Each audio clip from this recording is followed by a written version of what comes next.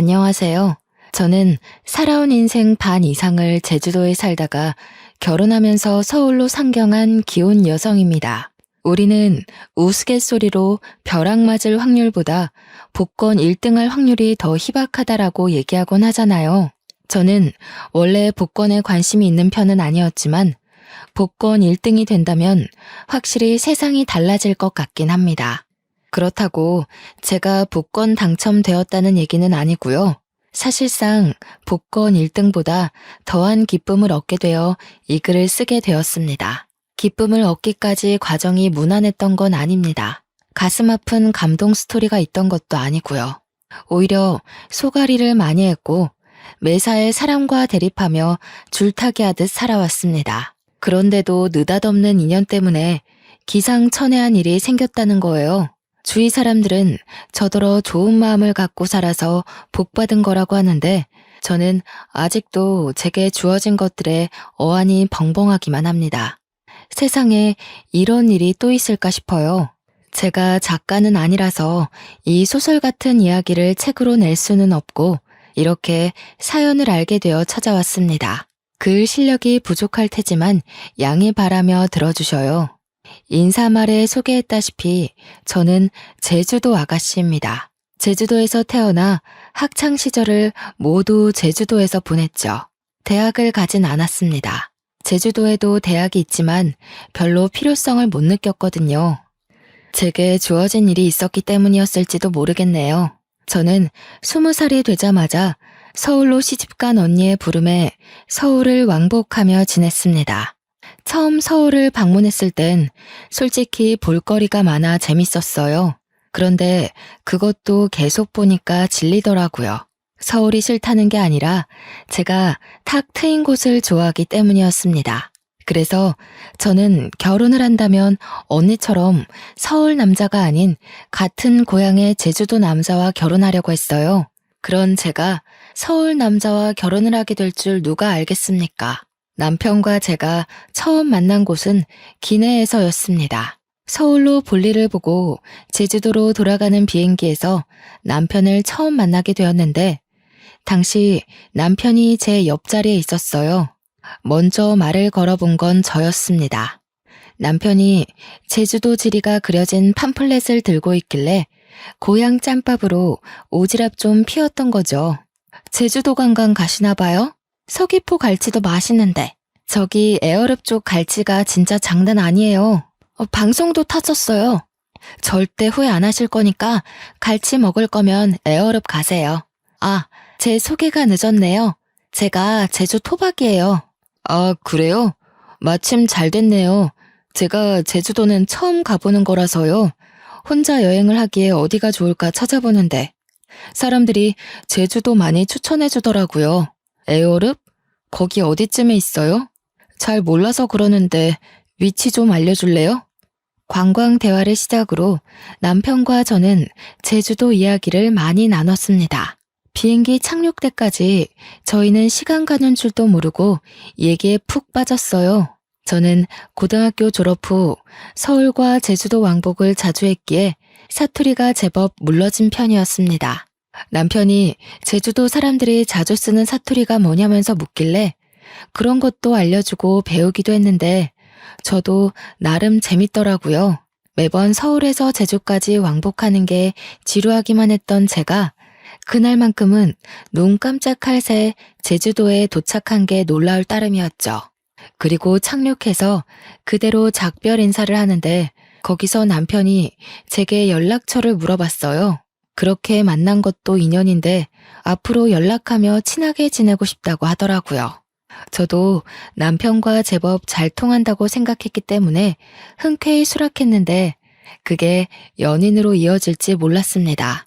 서울 남자였던 남편은 제 번호를 따간 지 12시간도 안 돼서 연락이 왔었고 그날 홀로 여행을 간 거라서 자기가 지리를 잘 모르겠다고 저더러 놀아달라 그랬어요. 그렇게 빠른 시일 내에 가까워진 우리는 남편의 고백으로 서울 돌아가는 날이 될 때 연인이 된 겁니다. 주로 남편이 저를 보러 주말마다 제주도로 날아오는 편이었어요. 제가 서울을 갈 때는 남편이 일을 하고 있는 데다가 또 제가 외박은 할 수가 없었기에 만나기 어려웠습니다. 제가 서울을 자주 방문했던 건 친언니가 형부랑 같이 서울에서 오메기떡이 주재료인 카페를 하고 있었기 때문입니다. 친언니가 당시 임신을 하고 있었는데 애 낳으면 일에서 손을 놓을 거라고 했고 형부는 다른 사업을 시작할 거라면서 저더러 나중에 그 카페를 물려받으라고 인수인계 해주는 상황이었어요. 그러나 당장 카페에서 매일 일할 수 없었던 이유는 아직 제주도에서 친정 부모의 일을 도와줘야 하기 때문이었습니다.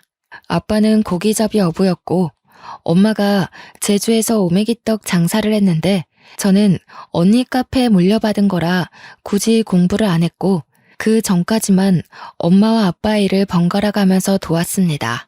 언니의 오메기떡 카페는 엄마한테 배운 비법으로 서울 가서 장사하는 거였죠. 어쨌든 그렇게 남편이 주말에 제주도로 오면 하룻밤 자고 올라가고 그랬습니다. 친정 부모님이 보수적이기 때문에 제가 외박을 할 수 없어서 밤늦게까지만 같이 놀다가 남편은 모텔에서 숙박하고 저는 집에서 자는 데이트를 이어갔어요.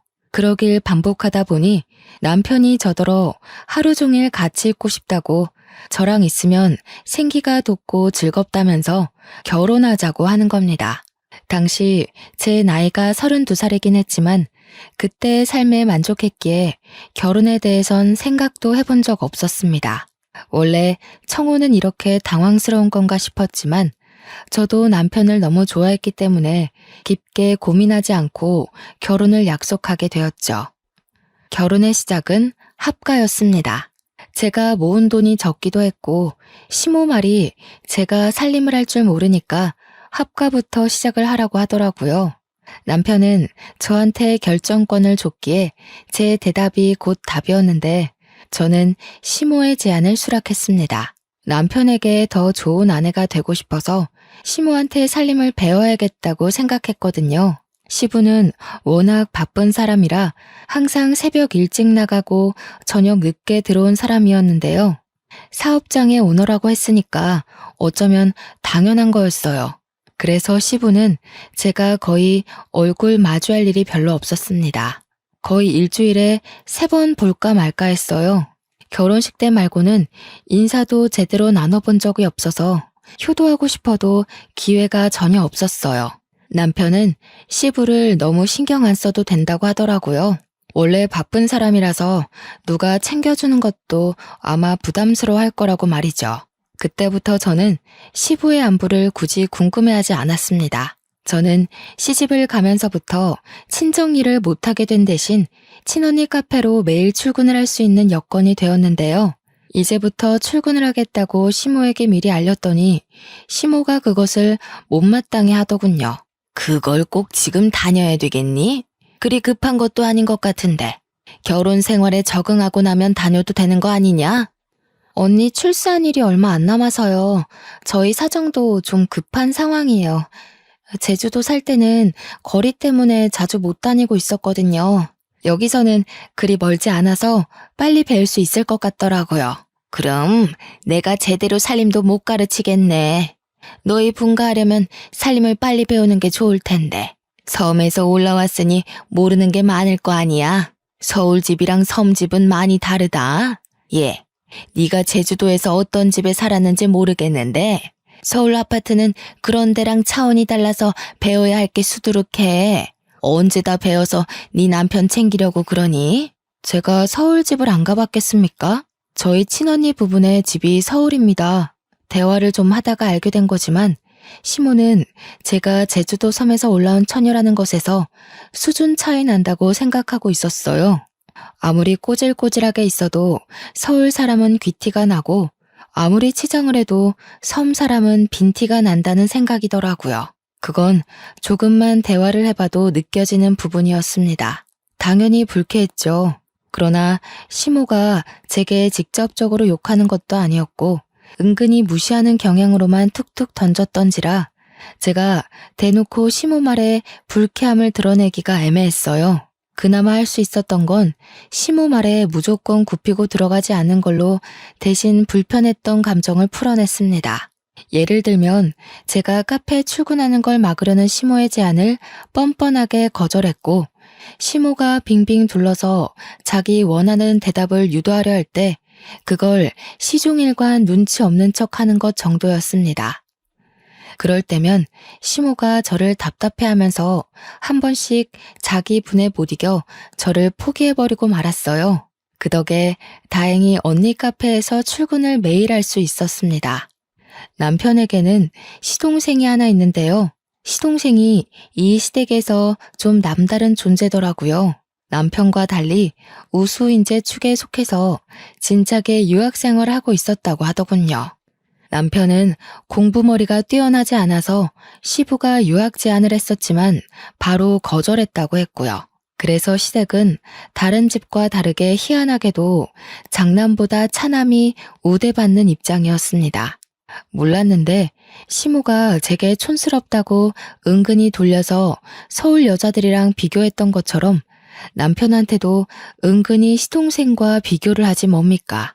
넌 내년에 봉급 얼마나 오른다니?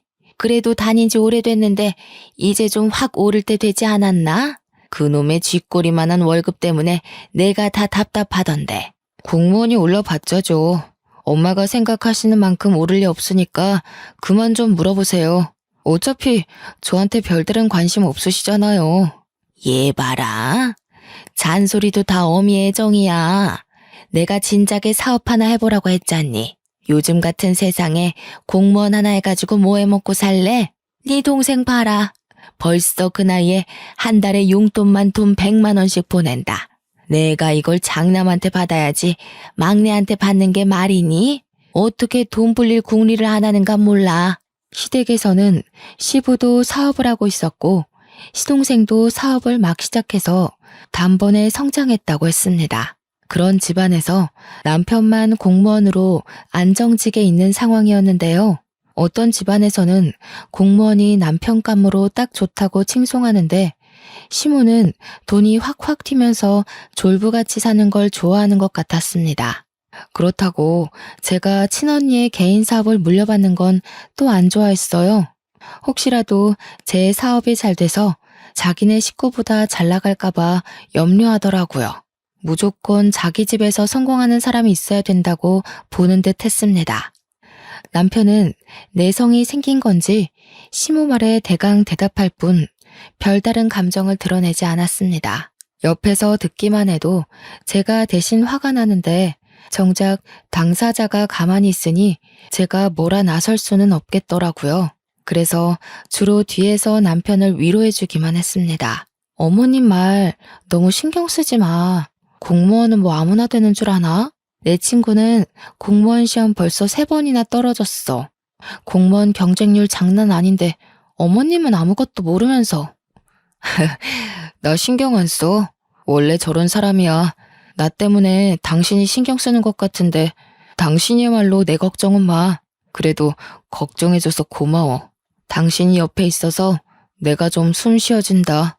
남편이 자기는 사춘기를 지나고부터는 시모의 잔소리를 그러려니 체념하고 산다고 했어요. 별로 타격도 없대요. 그러면서 시부가 자기 공무원 꿈을 응원해줬는데 그것만으로 충분하다고, 시부는 오히려 사업하는 시동생 걱정으로 마음 졸인다고 했습니다. 시부가 사업을 하는 사람이기에 사업의 위험성을 잘 알고 있어서라고 했어요.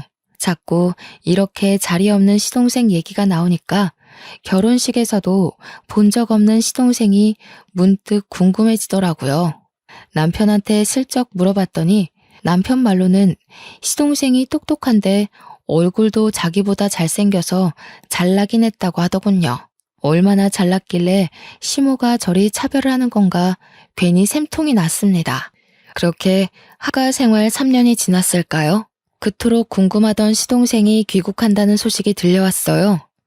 그날은 시댁에서 완전 명절 분위기였습니다. 시동생이 온다니까 저도 들뜨긴 했는데 한편으로는 남편이 걱정되는 겁니다. 시동생이 완전 한국으로 정착하러 온다는데 없는 사람과도 제 남편을 그렇게 차별했잖아요. 그런데 같이 살기까지 하면 얼마나 더 비교를 하겠어요? 불안과 호기심에 저는 그날 카페 일도 안 나가고 시모랑 같이 음식을 준비했습니다. 그렇게 저녁 시간이 되었는지도 모르고 진수성찬을 차리고 있었는데요. 퇴근하고 온 남편을 제가 반기기도 전에 시모가 먼저 잔소리를 해버리지 뭡니까? 너는 좀 일찍 맞춰서 공항까지 동생 좀 태우고 오지. 오늘 네 동생 오는 날이라고 했잖아. 애가 지금 비행기 오래 타서 피곤할 텐데 택시 타고 오는 중이란다. 공무원이 어떻게 일찍 맞춰요? 제가 월차 연차 낸 적은 있어도 어디 마음대로 일찍 퇴근하는 거 봤어요? 지난번에도 말씀드렸던 것 같은데요. 그러니까 말이다. 네가 진작에 사업을 해서 대표 자리 떡하니 맡고 있었으면 시간 구애받지 않았을 거 아니냐. 우리 집 남자들 사주는 죄다 사장인데 너는 누굴 닮아서 그렇게 도전 정신이 없니? 이쯤 되니까 저는 얼굴도 모르는 시동생이 궁금한 걸 넘어서 참 얄미웠습니다. 남편이 익숙해져 괜찮다고 했지만 어느 누가 비판받는 것에 적응이 되겠습니까? 아마 그건 마음속 관역이 닳고 닳아서 화살이 그냥 통과될 만큼 너덜너덜해진 걸 거예요. 마침내 시동생이 도착했고 초인종 소리에 시모가 불이 나게 달려갔습니다. 아이고 내 새끼 고생 많았다. 세상에 왜 이렇게 말라졌어? 밥도 제대로 못 먹고 일만 한 거 아니야? 요리하는 사람 좀 고용해서 끼니를 제대로 챙기지. 아무리 그래도 거기 음식 자체가 내 입맛에 안 맞더라고.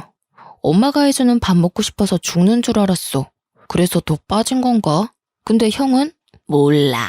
동생이 왔는데 나와보지도 않네. 일단 손부터 씻고 와서 앉아. 엄마가 너 좋아하는 걸로 잔뜩 차려놨어. 남편이 퇴근한 뒤 아직 씻고 있었기에 남편 대신 제가 나가서 시동생에게 인사를 했습니다. 남편이 시동생을 잘났다고 엄청 자랑을 했었잖아요. 그런데 솔직히 실제로 보니까 제 남편이 더 잘나 보였어요. 일단 외적으로는 제 남편이 더 키가 컸고 체격이 좋았습니다. 시동생은 좀 마르고 허여멀건한 데다가 약간 멸치상이었어요. 공부 잘하는 괴짜처럼 생겼더라고요. 제가 우리 남편 와이프라서 남편 편을 들려는 게 아니고요. 정말 남편이 시동생을 한참 좋게 평해준 거였다니까요. 그러니까 제 눈에 시모는 시동생이 돈을 많이 벌어서 그거 하나만 가지고 좋아하는 것 같았어요. 형수님, 형한테 얘기 들었습니다. 듣던 대로 인상이 부드러우시네요. 형이 얼마나 형수님 자랑을 하던지. 저도 형수님처럼 좋은 여자 만나서 결혼하고 싶어요. 시모 때문에 시동생을 미리부터 미워하고 있었지만 막상 시동생을 만나니까 제가 얄미워했던 게 미안할 만큼 성격이 동글동글하고 좋더라고요. 그 순간 누구한테도 해보지 않을 불평이었는데도 시동생을 욕했던 제 자신이 부끄러웠습니다. 시동생이 이렇게 살가워서 남편이 시모가 시동생을 편애해도 그리 칭찬하고 감쌌나 봅니다. 그렇다는 말은 시댁에서 남편을 싫어하는 사람은 시모뿐이라는 거잖아요. 왜 그럴까 곰곰이 생각하게 되다 보니 문득 남편과 시동생이 안 닮았다는 걸 알게 되었습니다. 실례인 걸 알지만 저도 모르게 그걸 식사 자리에서 말해버렸더니 분위기가 싸해진 거 아니겠습니까?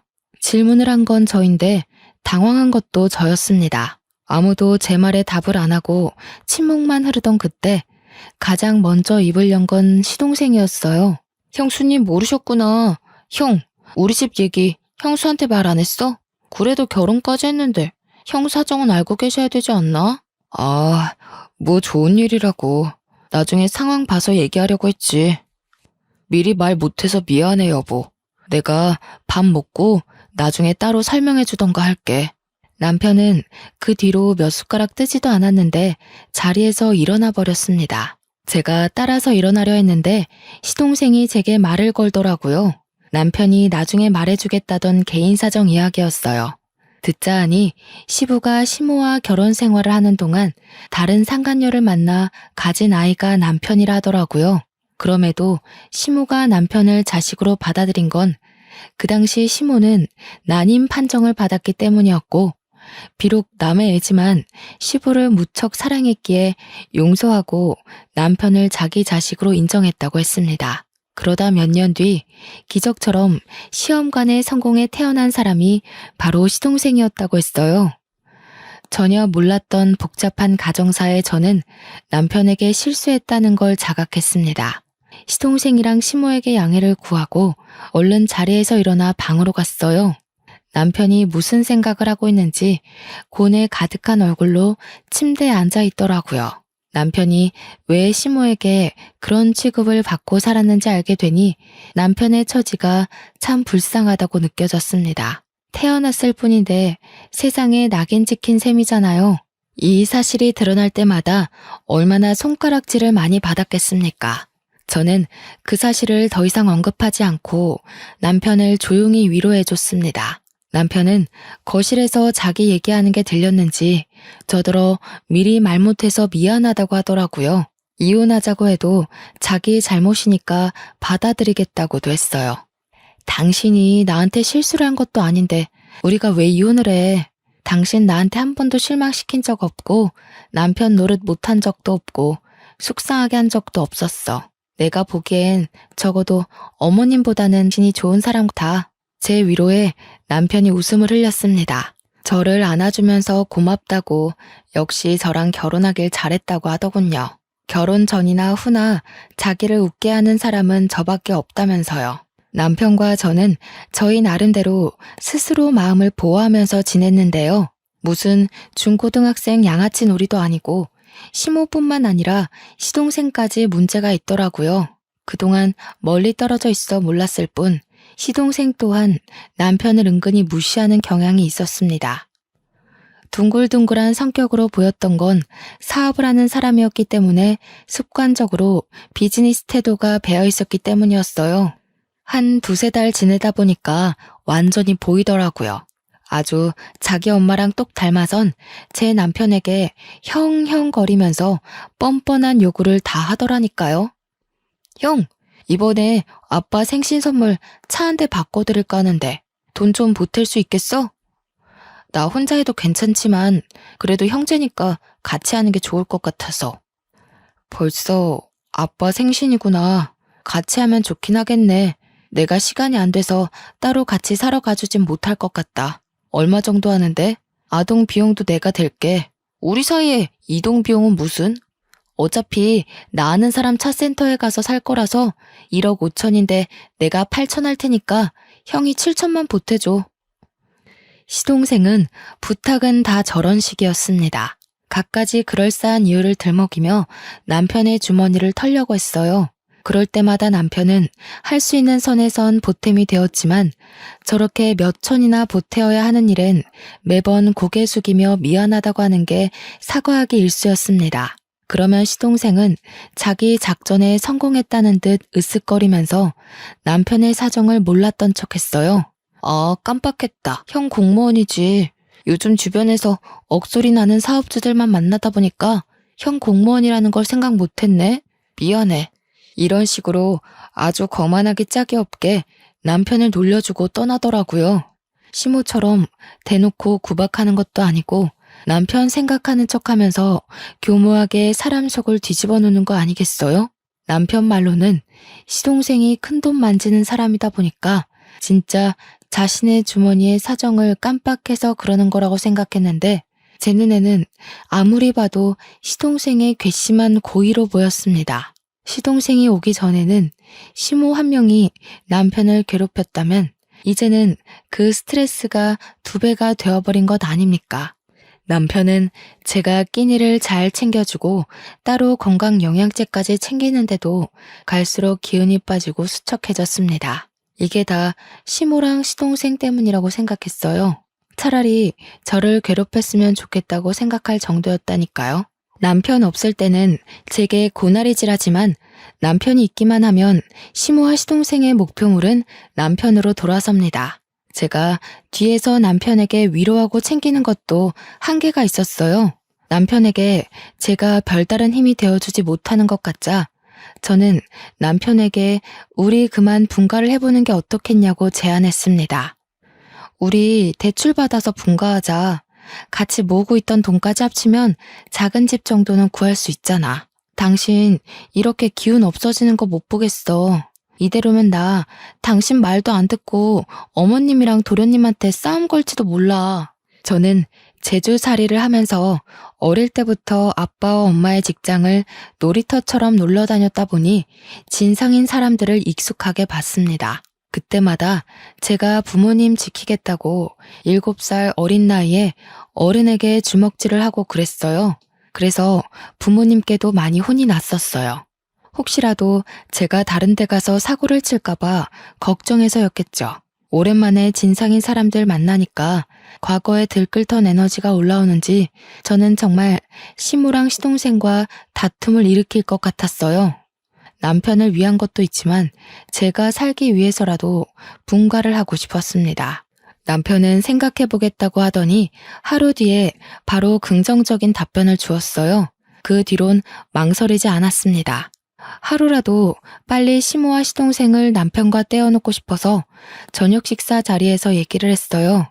저희가 분가를 하겠다고 시모에게 알리자 역시 예상했던 대로 시모는 돈도 없는 것들이 살림 동낼 생각 있냐고 성질을 부렸습니다. 버는 사람 따로 있고 쓰는 사람 따로 있어? 혹시라도 우리한테 손 벌릴 생각이면 말하라. 지금 애비랑 동생이 돈 잘 번다고 콩콩물 좀 떨어지지 않을까 생각하나 본데 절대 그럴 리 없다. 우리가 알아서 할 거니까 엄마는 신경 쓰지 마세요. 손 벌릴 생각 없으니 분가할게요.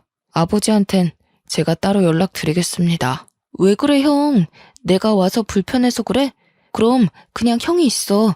내가 따로 독립할게. 형 돈도 없으면서 왜 굳이 바보 같은 짓을 해? 이럴 때면 진짜 나이 거꾸로 먹는 것 같다. 바보? 시동생의 섬나는 발언에 저는 남편의 아내로서 더 이상 듣고만 있을 수 없었습니다. 그래서 저도 모르게 제주살이 하면서 억세졌던 성격이 불쑥 튀어나와 버렸지요. 다들 돈 하나름 쥐어줘 보거나 그런 말씀들 하세요. 맨손에 맨입으로 돈 없네 마네. 남의 주머니 사정 놀리지 마시고요. 그렇게 돈이 많으면 좀 뿌려보시든가요. 그래야 우아하면서 입 벌리고 부러워하기라도 하죠. 맨날 말로만 떵떵거리지 큰 돈 만진다는 게 진짠지 아닌지 알 수가 있나? 뭐라고요? 형수님, 무슨 말씀을 그렇게 하세요? 아무리 섬 구석에서 덜 배우고 컸다지만 저도 엄연히 시댁 사람입니다. 말 가려주세요. 공무원이라고 무시하는 요즘 세상에 시댁 사람, 친정 사람이 어딨대요? 지금은 명절도 안 챙기고 다들 여행 가기 바쁜 시대예요. 시댁 사람은 무슨? 어머, 얘가 오늘따라 왜 이러니? 너 약 먹었어? 그게 무슨 말버릇이야? 세상에 어느 며느리가 너처럼 어른 앞에서 입을 함부로 놀린다니? 어머님도 그러시는 거 아니에요. 어머님 친구 없으시죠? 제가 볼 땐 사람들이 어머님이랑 대화 조금 해도 다 떨어져 나갈 것 같은데. 그래서 더 돈으로 치장하고 사람들 마음 사려는 거죠? 시모는 제 말에 뒷목을 잡으면서 벌떡 일어났습니다. 제 얼굴로 올려는 손을 남편한테 붙잡히는 바람에 화만 버럭 냈어요. 그날은 제가 시댁을 들어오고 시댁에서 처음으로 대판 말다툼이 벌어진 날이었습니다. 제가 굽히지 않으니 상황은 극에 달하기까지 했는데요. 급기야 시동생이 시부한테 연락해서 시부까지 일을 중단하고 시댁으로 찾아오는 사태가 벌어졌어요. 저희가 얼마나 시끄럽게 싸움을 하고 있었으면 시부가 들어오는 소리를 못 들었지 뭡니까. 시부가 고함을 치는 바람에 저희 다툼이 무 자르듯 뚝 끊겨버렸습니다.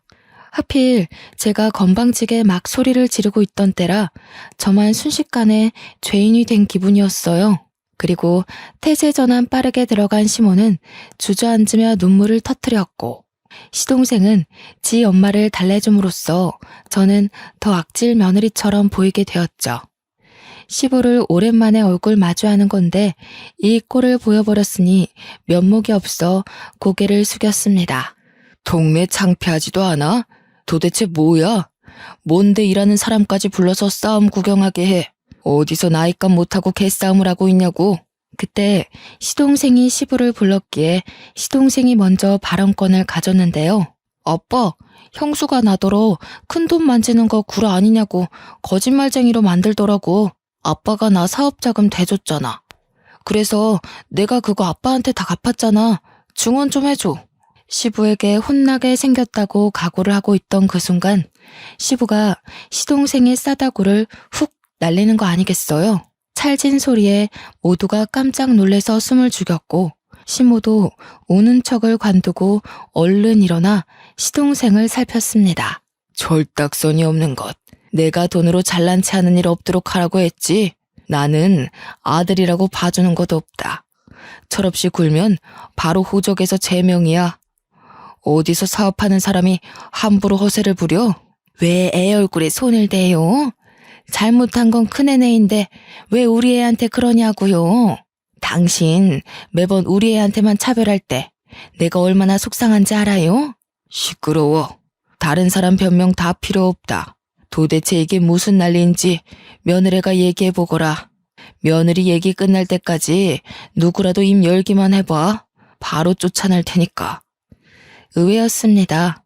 제가 마지막까지 악을 지르고 있던 사람이라서 시부가 저를 안 좋게 볼 거라고 생각했거든요. 근데 그게 아니라 시부는 그나마 제가 제3의 입장이라고 생각한 것 같았어요. 그래서 저는 지체 없이 토시 하나 빠뜨리지 않고 있었던 모든 대화들을 말씀드렸습니다.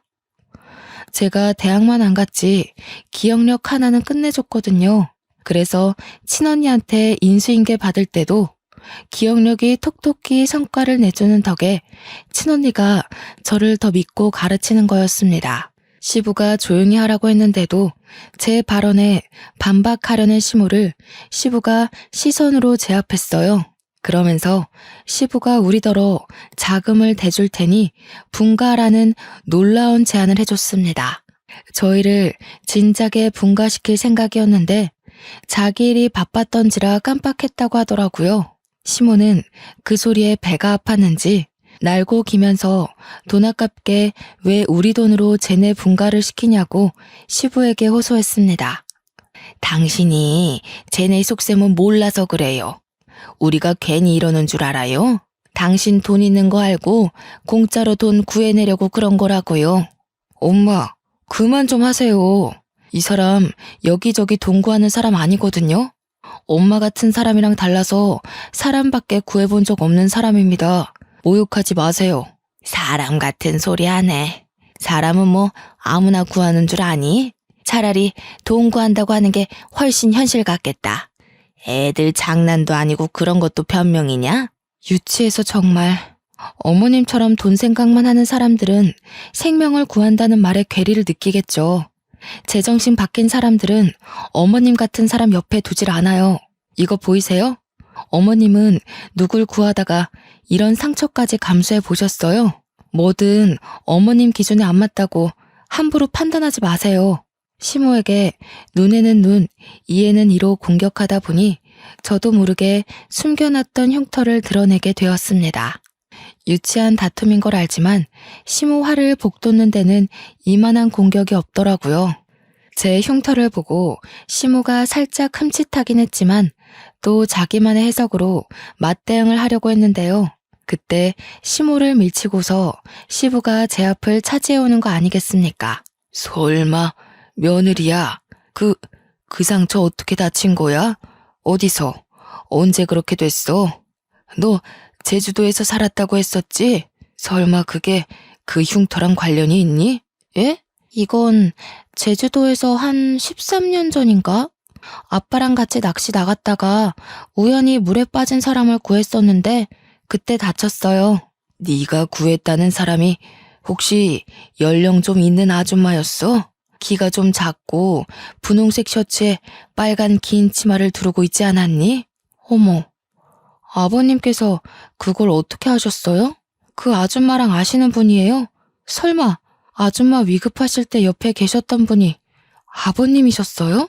13년 전 일이라 기억이 가물가물할 수 있지만 제가 기억력이 좋은 편이라고 했잖아요. 그래서 그때 제가 구한 아줌마의 인상착의를 기억하고 있었거든요. 제가 가까운 배 위로 아줌마를 올리자마자 누가 신고를 했는지 이미 해경이 빠르게 당도했었고 그 정신없는 상황에서 저는 시부 얼굴까진 확인하지 못했습니다. 저도 다쳤던지라 해경의 도움을 받아 병원에 가버렸기도 했거든요. 시부는 저의 증언에 충격먹은 표정을 하고 있더니 곧 제 손을 꼭 잡았습니다. 그 이후 시부가 줄줄줄 얘기해주는 사실에 놀란 건 오히려 저희 쪽이었어요. 알고 보니 제 남편의 친모였던 아줌마가 시한부 인생을 살고 있었는데 요양을 한다고 제주살이를 시작했었대요. 바다가 보고 싶다는 아줌마 말에 시부는 배까지 빌려서 아줌마와 같이 바람을 쐬었는데 시부가 잠시 자리를 비운 사이 배가 흔들렸고 그 바람에 아줌마가 바다에 빠졌다고 하는 겁니다. 우연히 거길 지나갔던 사람이 바로 저와 아빠였던 거예요.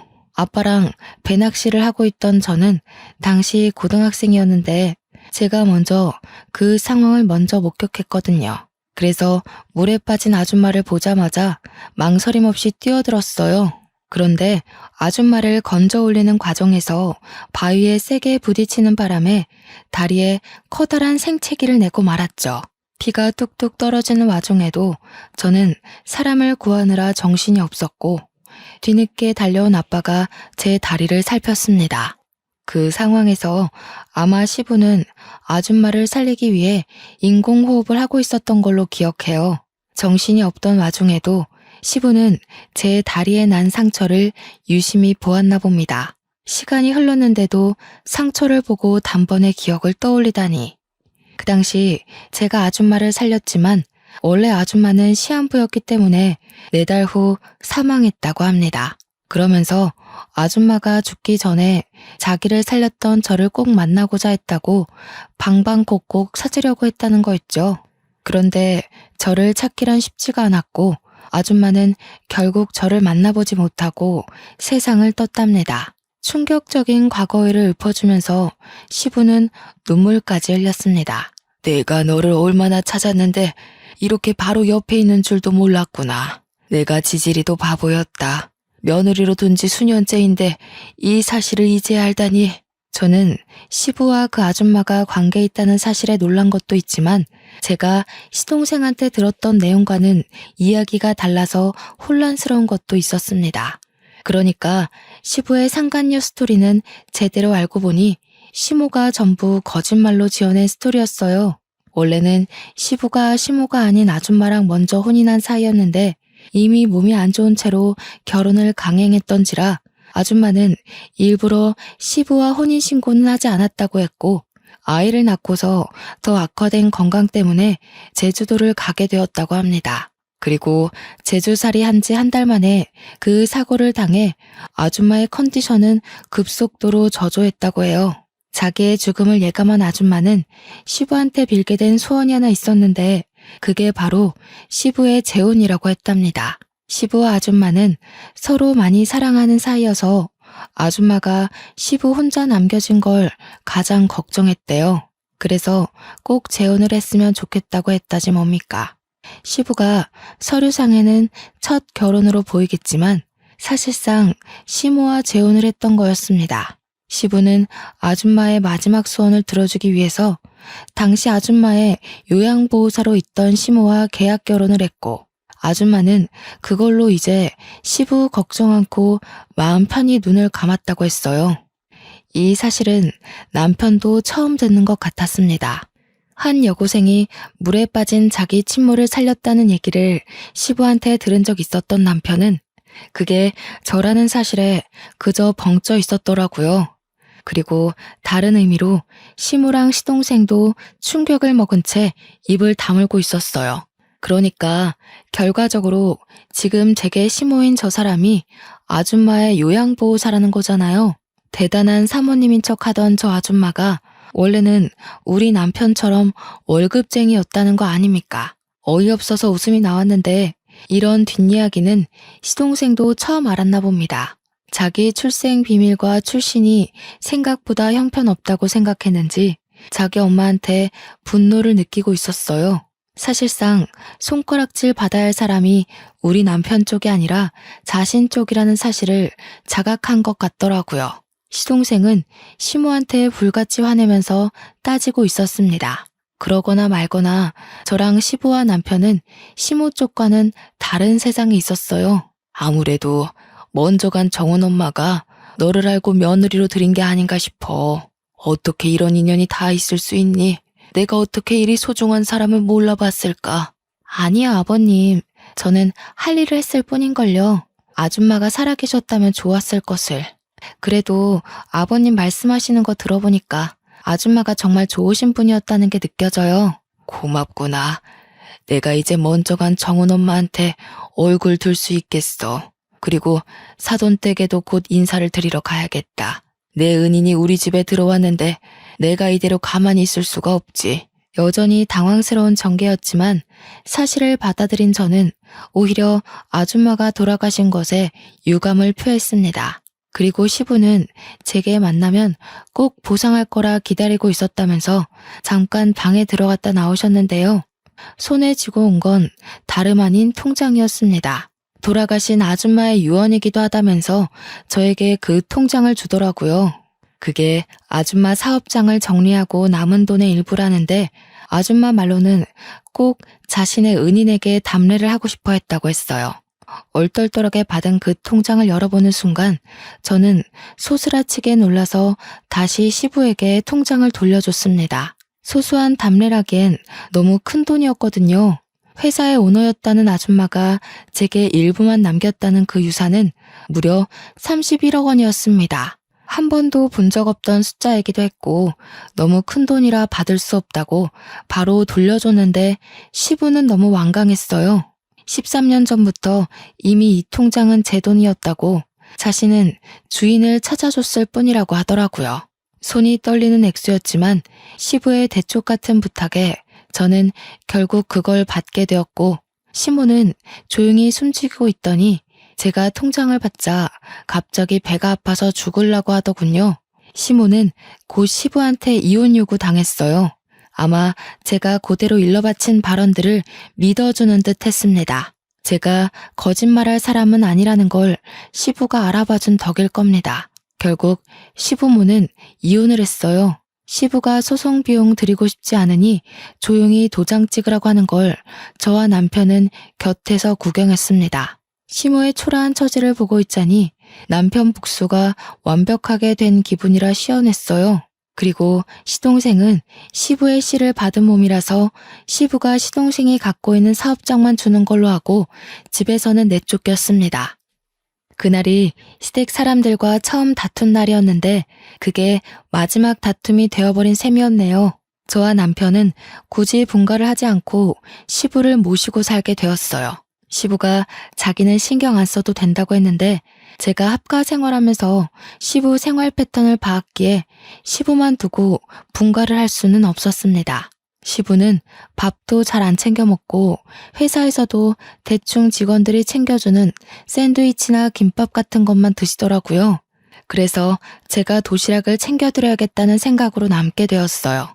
시부는 처음에 저더러 고생스럽게 왜 그러냐고 하지 말라고 했는데 제가 고집을 꺾지 않으니 어느 순간부턴 도시락을 꼬박꼬박 챙겨가시더라고요. 그 때문인지 과거에는 저녁 식사 때 함께한 적 없던 시부가 요즘은 저녁 식사 시간에 맞춰서 퇴근을 하고 오십니다. 제가 분위기를 좀 잘 띄우는 타입인데요. 남편과 시부 앞에서 며느리 노릇 아내 노릇 톡톡히 하면서도 제 성격을 그대로 드러나니까 가끔은 시부가 개그맨이 따로 없다고 하세요. 칭찬인지 모르겠지만 시부랑 남편이 웃는 게 좋으니까 좋게 생각하려고요. 그리고 저는 31억 받은 돈에 손을 조금 댔는데요. 친정 부모님께 집을 하나 해줬고 언니랑 형부네에도 집 하나 해줬고 남은 돈은 적금 들어놓았어요. 제가 원했던 결혼 생활이 어떤 모습인지 한 번도 생각해 본 적 없지만 다시 생각을 해보려고 한다면 딱 지금이 아닐까 싶습니다. 주위에 모난 사람 하나 없어서 그런지 세상을 바라보는 게 제 시선이 아주 둥글둥글하네요. 앞으로 손자, 손녀가 생긴다면 제 결혼 생활이 완벽하게 즐겁지 않을까 생각합니다. 다른 거 바라는 거 없고 그저 우리 식구들 전부 몸 건강, 마음 건강하게 잘 지내길 바랄 뿐이에요. 제 복권 1등 같은 사연 어떠셨나요? 이거 복권 당첨이라고 해도 되겠죠? 저희 식구가 받은 행운처럼 제 사연 듣고 계시는 청취자분들께서도 돈벼락 떨어지길 바랍니다. 감사합니다.